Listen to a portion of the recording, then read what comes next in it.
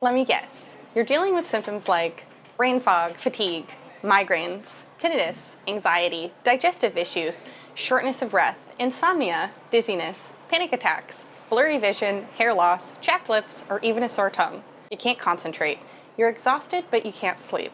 Your mood is unpredictable. Sound familiar? You've been to the GI doctor for malabsorption, prescribed iron supplements that just made you constipated. Maybe you've even gotten iron infusions or seen a neurologist for migraines. You've tried everything they've thrown at you, but nothing really helped. I get it. I was diagnosed with anemia at age 13. My hemoglobin was a 7 and my ferritin was in the single digits. I was chewing buckets of ice a day. My parents took me to the doctors who prescribed me ferrous sulfate. It never did a thing. I was an athlete, but always out of breath. I bruised so easily that I was often stopped by school administration asking if there was domestic abuse. In high school, I was getting migraines weekly. It was so bad that I was prescribed the highest dosage of migraine medicine available in oral and shot form. I saw a sleep specialist and was prescribed Ambien because I couldn't sleep. I hated the feeling of it, but it's the only way I slept. College, developed allergies to my favorite fruits overnight. I refused to believe it, and I blamed it on the pesticides, but it wasn't true. Next few years, nuts made the list. I feel like I developed a sensitivity to everything, including heat. I spent my 20s searching for answers. I tried all the elimination diets. I tried FODMAP, raw, vegan, you name it.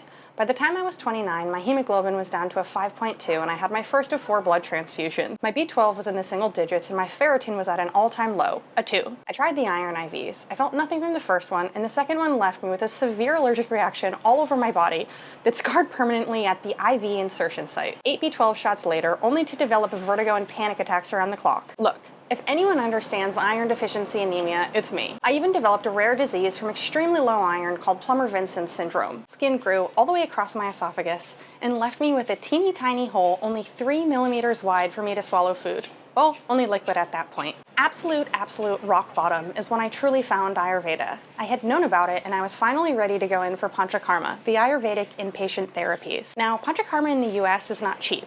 It's around $5 grand for 5 to 7 days, and it's not available in most cities or states. And it was COVID, so most places were closed. So I called around and was told my body was too weak, but I could see a doctor online. I knew what I had was so bad, there was no way an online doctor was gonna help me. But completely desperate and my life derailed, I literally had nothing left to lose. I did my research, found an online doctor in another state, and rattled off my laundry list of complaints. Okay, is what she said. Ayurveda is very effective at treating iron deficiency anemia. We'll fix this? My neurologist wanted me to wear a device on my head to stop the migraines. My gastroenterologist told me to go on birth control to stop my periods.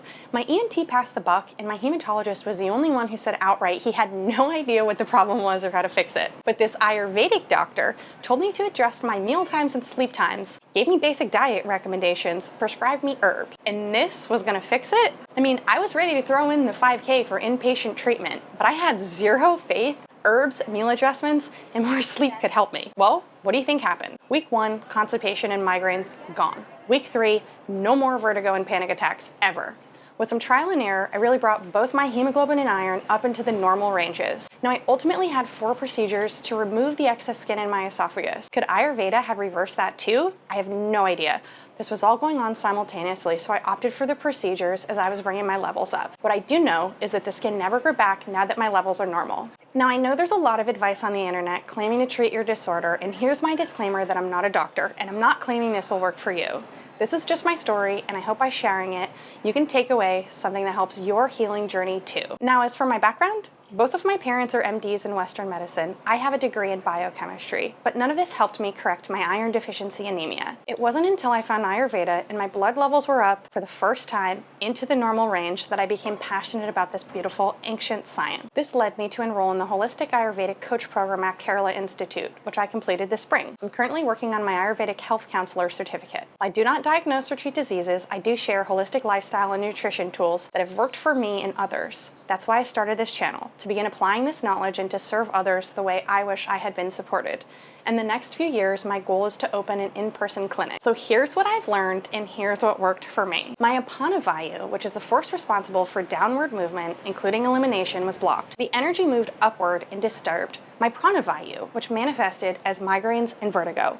Constipation is always the first thing treated. The red blood cell and iron deficiency, that came from depletion of the dhatus, which are the fundamental tissues of the body. So in the case of iron deficiency anemia, we are dealing with rasa dhatu and rakta dhatu. plasma, and blood tissue. So I learned what nourishes those dhatus: raisins, dates, bananas, cow's milk.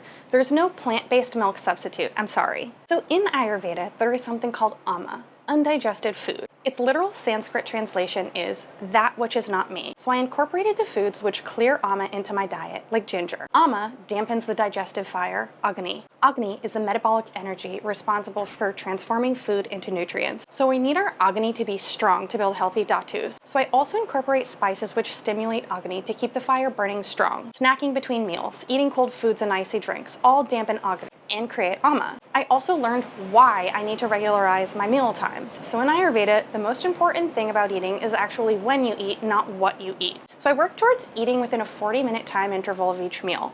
I also worked on my sleep schedule, so I'm in bed by 10 p.m. and up by 6 a.m. We want to live in harmony with nature's rhythms to give our bodies the best chance at healing.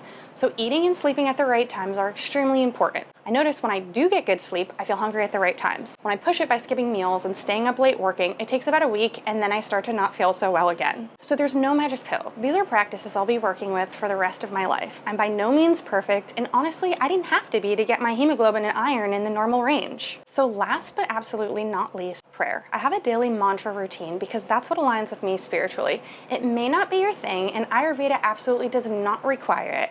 I'm just sharing because it's what works for me. I hope this has been helpful for you. If you have any questions, comments, or suggestions, please drop it in the chat, and you can reach out to me directly if you'd like to schedule a personalized Ayurvedic consultation with me. Thanks for watching. I'll catch you in the next one.